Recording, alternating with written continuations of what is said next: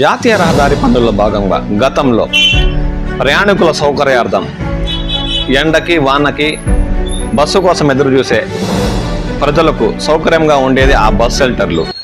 కానీ గత కొద్ది రోజుల క్రితం కల్లూరు ఘాటు రోడ్డులో ప్రమాదకరమైన చివరి మలుపు దాటిన తర్వాత సిమెంట్ లోడ్తో వెళ్తున్న లారీ టైరు అకస్మాత్తుగా పేలింది. అదుపు తప్పి లెఫ్ట్ సైడ్ బోల్తా పడి ఆ బస్ షెల్టర్లకు దూసుకెళ్ళింది. ఈ ఘటనలో ఆ బస్ షెల్టర్ కూడా పూర్తిగా కుప్పకూలి సమాధయింది. తర్వాత ఆటోమేటిక్గా ఆ లారీని అక్కడి నుంచి తీసేశారు. ఆ సిమెంట్ బస్తాలను వేరే లారీలకు మార్చి కంపెనీకి షేర్ చేశారు.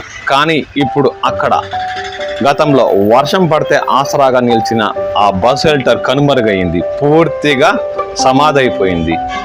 ప్రయాణికుల సౌకర్యార్థం గతంలో R&B అధికారులు జాతీయ రహదారి పనుల భాగంగా నిర్మించిన ఆ బస్ షెల్టర్ ఇప్పుడు పూర్తిగా నామరూపాలు లేకుండా పోయింది. ఇక్కడ గతంలో బస్సు కోసం వేచి ఉన్న ప్రయాణికులకు సౌకర్యం కరువైంది. వీలైతే సంబంధిత శాఖ అధికారులు స్పందించి మరలా అక్కడ బస్ షెల్టర్ నిర్మించి ప్రయాణికులకు ఆసరా ఇస్తారని వారు కోరుతున్నారు.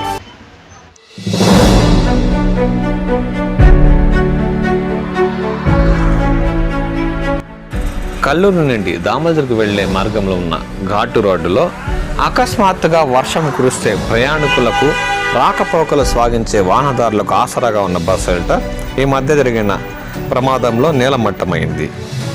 దీంతో రాకపోకలు సాగించే వాహనదారులకు మరియు అక్కడ నుండి బస్ ఎక్కే ప్రయాణికులకు కాస్త ఇబ్బందికరంగా మారింది.